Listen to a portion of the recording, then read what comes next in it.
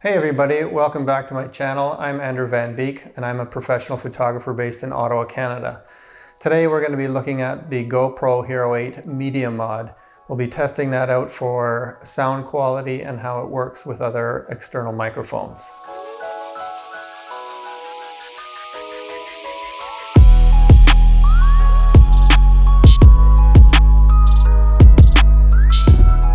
So first off, here's the box that the Media Mod comes in.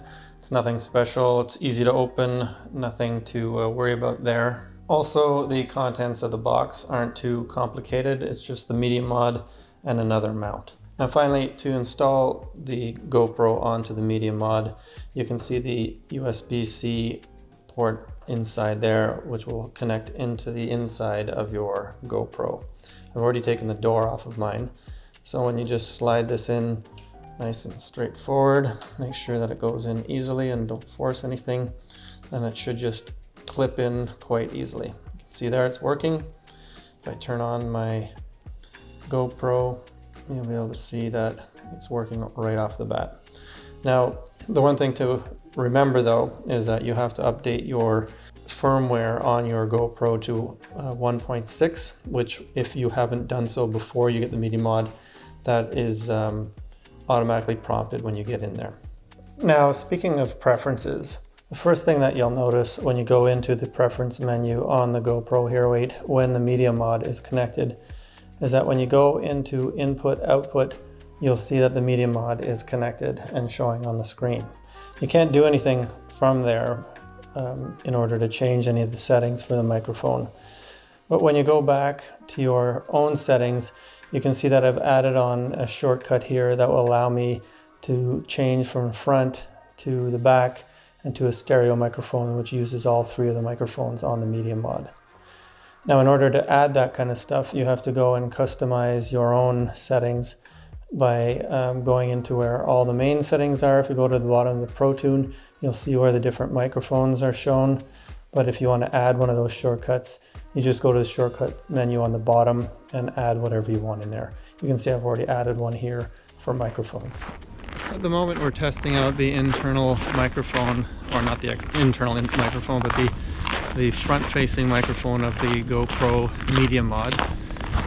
There's a slight breeze. I'm curious to see if the wind gets picked up by that automatically and how clear my voice comes through. My camera on a bit of a selfie stick is about maybe 2.5 feet from my face, and we'll see how that turns out, because I'm going to test out a few different microphones, see how it picks up my footsteps on the snow, and if it's something that's tolerable to listen to while you're filming. I'll be very curious. So this is a wind test if I'm using the Saramonic Blink 500. It's actually quite windy when I'm running here, which would pick up like crazy on a regular microphone. So let's see what that sounds like. Since I have full microphone protection here, and I've also tested this before on a bicycle and I know it sounds great, but compared to the external mic on the Media Mod, I'm very curious to see what that sounds like. So the only thing, I have one more thing to test out. I'm going to do that right now. So this is a test of the Rode VideoMicro microphone connected to the GoPro Media Mod on the GoPro Hero 8. This will show you if it picks up any wind or anything like that. So what you're hearing right now is a small, really small actually, Edutige mic that I have, that I've had actually for about 4 years, that I can actually take a windscreen. So I'm walking in a relatively windy environment that would pick up the little sounds that you'd hear all the time when you're walking in the wind. So we're going to compare this to the external mic on the GoPro Hero 8's Media Mod, because it's the one microphone that I can't put any wind protection on. So let's hear how they sound different and which one sounds best in the end. The last thing that I have to compare this to is the microphones that actually exist on the GoPro by itself without the Media Mod, but I don't want to do that until the end. So let's give this a try and see how it sounds. So finally we have a test of the actual GoPro Hero 8. Oh, it's completely naked, using only its external microphones. We've got a patch right here where it's quite still. There's no wind here at all, so you're not going to get a good sense as to what this sounds like in terms of wind noise, but we all know what that's like. But you know, the quality of this is not too bad. So I may as well give myself a bit of a run here, even though I keep losing half of my gear when I'm running. So let's see if I can generate a little bit of wind with this. Here, this usually would be enough, but it's forward facing. So that will give you a sense as to what the GoPro Hero 8 is like without any media mod and no external microphones. So I'm back onto the Blink, the Saramonic Blink 500 microphone, the wireless one connected to the media mod.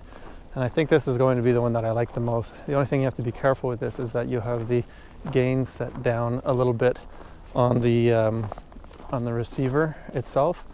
On the transmitter, because you can actually crank it up. And even though I have it on powered mic on the GoPro, it seems to get a little too loud quite easily. It's something to keep in mind when you're setting these things up. So regular powered mic, and keep the gain down to about 2/3 on the Saramonic Blink 500. So that should, I think I've done enough tests to see what all this sounds like. What I'm most curious to hear, of course, because this is not a review, but a test of the media mod. That front-facing microphone is a thing that concerns me the most, and how it picks up wind, because I'm not a big fan of hearing wind. In fact, I hate it. So I want to see what this sounds like by comparison, and I know what it sounds like by comparison, but we'll be able to hear it for ourselves when I get back to the office. So what do we think? That was a whole bunch of tests. I've tried being as fair as possible with all the conditions. I'm back to using the front-facing microphone on the GoPro Media Mod. It's back on now, so you can hear it's actually a bit windy where I am now. So you'll be able to hear how it handles that breeze. It's a pretty good stiff breeze, something that you would be similar to running. So you can hear what that'll sound like, because that's a killer if it can't handle any wind at all, which based on some of the tests that I've seen or heard recently, it does seem to have a bit of an issue with the wind. So let's head back to the office, give everything a test, see how everything sounds in relation to one another, and then a final verdict to see what we think of the media mod. So what did we discover with our GoPro Hero 8 media mod tests? The first thing that I believe is that the media mod is not worth purchasing if you're just looking to use the included microphones. The quality of the microphones that are already in the GoPro Hero 8 are quite close to what you get with the media mod microphones. If, however, you like to use external microphones to increase the quality of your audio, or you would like to add a flip-up screen or add a light onto the GoPro, the media mod is well worth it. It already simplifies the use of external devices by reducing the amount of wires and the need for additional custom audio adapter/accessory holders. With regards to external microphones, my biggest issue is with those that are connected directly on top of the camera.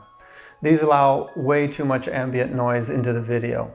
This is fine if you're in a very quiet environment or actually want to capture the ambient noise, but if you're doing any sort of vlogging and need to be heard clearly, you are much better off with a wireless mic that allows you to put on a lavalier extension closer to your face. This significantly reduces the amount of added ambient noise to your video. Of the microphones that I tested, the only ones that I liked are those that allow for wind protection. The Edutige ETM 001 that I tried is tiny and allows for a small dead cat, which completely eliminated wind noise. Of course, it also allowed in a lot of ambient noise, like my footsteps on the snow, for example. The Media Mod built-in microphone resulted in having a lot of wind and ambient noise. The Rode VideoMicro that I tested was the worst all around. My test wasn't 100% fair since I had a bare microphone with no wind protection. But the main reason for this is that there is no way to put on any wind protection without seeing the fluff on the edges of your screen. You can add a separate adapter that allows you to pull the microphone back, but that is exactly the kind of additional gear that I would like to avoid. The type of microphone that I would recommend above any other is a wireless microphone like the Rode VideoMic Go or the Saramonic Blink 500 that you heard earlier. Their ability to isolate your voice from the ambient noise and to add wind protection is unparalleled for a portable microphone. Let me know in the comments below what you think. Do you agree with my findings, and have you found any better solutions?